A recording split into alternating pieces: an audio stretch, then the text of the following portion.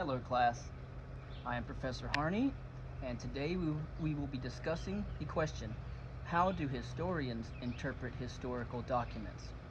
The answer is through context. Today we will be analyzing a script, an excerpt from the Law Code of Hammurabi, and first, however, I want to discuss the definition of context. For events and ideas, the Oxford English Dictionary says that, quote, the circumstances that form the setting for an event, statement, or idea, and in terms of which it can be satisfactorily understood. For words and writings, context means, quote, the parts of something written or spoken that immediately precede and follow a word or passage and clarify its meaning, end quote. And so just as humans have a before and an after, so do historical texts. Please, I want you to understand that, 1, without context, facts and words can easily be misunderstood, and second, that taking a statement out of its original context changes its meaning. There are several different dimensions and types of context. Firstly, linguistic context is the surrounding text or words in a speech or document that clarify the intended meaning of a specific phrase. Historical context is another type, the specific time period or the sequence of past events that explain why something happened. Then social and cultural context, the prevailing norms, the beliefs, the values, and the traditions and worldviews that shape human behavior and the communication within a situation. And then there are also environmental aspects as well, the physical setting, the location, or the immediate conditions such as weather or geography surrounding an occurrence. So we want to know the author and the authorial intent, the audience and what they might be thinking at the time culturally, the geographical location, and the time and place of the writing itself, which in this time is the 18th century BCE or 1700s. All right, BC. Introduction. Sargon of Akkad built Mesopotamia's first empire in approximately 2300 BCE, inaugurating a new era in the ancient Near East. His model of imperial expansion and administration was followed by several successive regional powers. The third dynasty of Ur and Hammurabi's Babylonian kingdom, for example, were in many ways imitators of what Sargon had already done. Within these different empires existed a diverse assortment of peoples, social classes, religions, and daily practices, and the city of Babylon was no exception to that rule. In Akkadian, Babylon is transliterated as Gateway of the Gods. From the archaeological record and existing documents, historians have cataloged these groups and have learned a few things about how they thought and lived. But by the year 1800 BCE, Babylon was only one of several small states which formed a loose coalition in Mesopotamia. But it was during the reign of Hammurabi in the 18th century BCE that Babylon rose as a center of power and the administrative capital of a new Mesopotamian empire. If you look on the screen, you will see a map of Hammurabi's realm.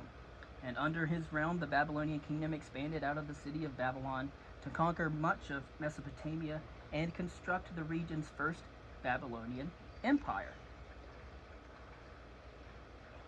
I have also passed around a relief, which is at the top of a 7-foot stone stela from the time of King Hammurabi, and it shows him at left receiving his royal insignia from a seated god, most likely Marduk. This indicates that Hammurabi's right to rule comes directly from the heavens, directly from the gods.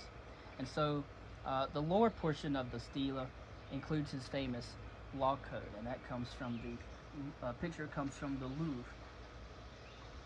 In the ancient Mesopotamian world, reading and writing were difficult skills that required complex technical training and years of schooling to master. Cuneiform was not an alphabet, it was rather composed of hundreds of signs, and in those times it was understood that a king would speak his commands out loud to a royal scribe, who would then inscribe it onto clay tablets. And so Hammurabi tells his people in the inscription to go read the stone to solve their legal problems. However, most regular citizens, including the king, couldn't read the inscription either, so they would have to find a literate scribe to read the stone out loud to them, for them to understand it. The excerpt under scrutiny and textual criticism today is law number 196 of 282, which states, quote, "If a man put out the eye of another man, his eye shall be put out," end quote. To fully understand Hammurabi's law number 196, it is essential to examine it within its historical context rather than by judging it by modern legal standards. Although the law is commonly summarized by the phrase "an eye for an eye," its broader purpose was to establish order, regulate justice, and strengthen the authority of the Babylonian state. First, reduction of violence, vengeance reduced. Before Hammurabi's legal code was established, justice was often pursued through personal revenge, allowing conflicts to escalate into prolonged feuds between families or communities. By establishing predetermined punishments and placing legal decisions in the hands of judges, the code limited retaliatory violence and reinforced the state's exclusive authority to administer justice. Just think about, for example, someone kills your brother and then the entire family goes and wipes out the village. Second, social inequality. Social classes retained. Law 196 also illustrates the rigid class structure of Babylonian society.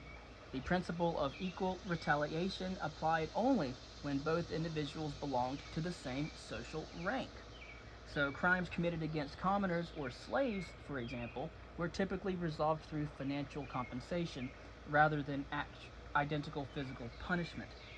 And as a result, the legal system reinforced the existing social distinctions rather than treating all individuals equally before the law.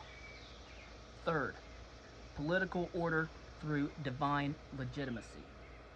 Power comes only from the gods.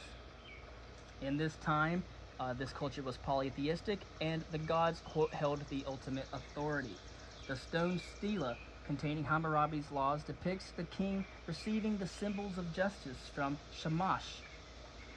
It could also be Marduk, but Shamash was the Babylonian god of justice. And this imagery conveyed that the laws were divinely sanctioned, giving Hammurabi's legal authority religious legitimacy.